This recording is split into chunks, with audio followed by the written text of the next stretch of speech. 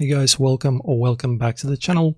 If your Outlook status is stuck or just showing the wrong thing, it can send the wrong message, literally.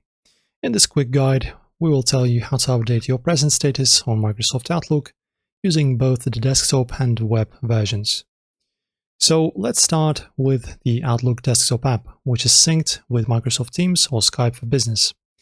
Open Outlook and sign in on your Microsoft account.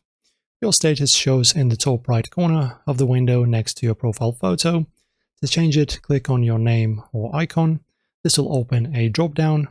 From there, select your preferred status: available, busy, do not disturb, be right back, or appear offline.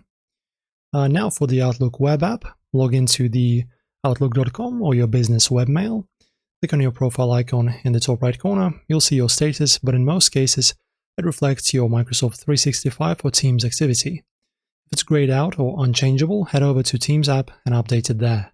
As you can see, guys, you just open your Teams avatar from the top right, and as you can see, here's our status.